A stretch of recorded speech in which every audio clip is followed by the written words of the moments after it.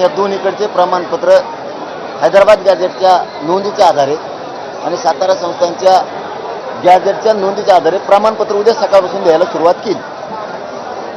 असंच आदेश सूचना पाहिजे.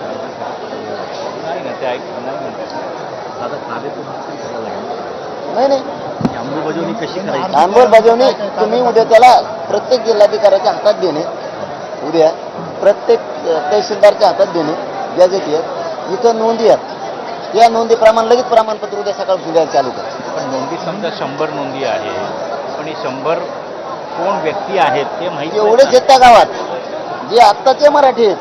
त्यांचा संबंध कसा लावायचा? मग ते दुसऱ्या कोणासंग लावता? समजा माझे आजोबा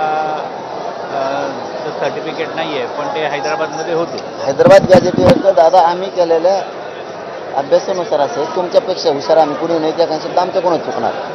पण उदाहरणार्थ एखादं गाव आहे, उदाहरणार्थ अंतरवाली, आता तिथलं उदाहरण घेऊ. तिथं त्या काळी 100 लोक दाखवले तुमच्या म्हणण्याप्रमाणे 100 आहेत, पण नाव नाही ते आडनाव बी नाही. मग ते धड मराठा नाही, ते धड कुणबी नाही. मग आताचा मराठा जे आहे तोच ते 100 आहेत. समजा आज गावामध्ये 500 लोक आहेत, ते सगळे मराठा नाही तर ते कुणबी. मग ते कुणबी आहेत हे कसं ठरवायचं? ते काय गॅजेट सांगतंय ना. पण गॅजेटमध्ये नावं नाहीत ना हे कोण. मग ते कुणाचे आहेत?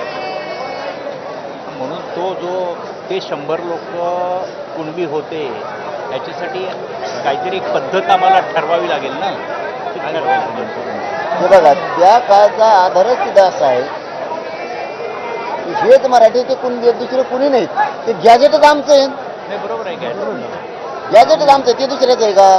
नाही मग गाड घुसू नका. तुम्ही बी काय करता, तुम्ही करता कन्फ्युजन सगळं लोड होईल. हे गॅजेटच मराठीसाठी कन्फ्युजन होईल. पुन्हा ते कोण ठरायचं आणि काय करायचं म्हणलं मग ते झालं आडमोठपणा. असं ते गॅजेटच आमचं आहे. मग ते गॅजेटमध्ये असणारा मराठा हे कुणबी, दुसरा कोणी कुणबी सांगा. मग चला बाकीच्याला तर आरक्षण आहे. बाकीच्या जाती जर म्हणावं ते आहेत, बाकीच्या जाती म्हणावं तर बाकी जातीला सगळ्याला आरक्षण आहे.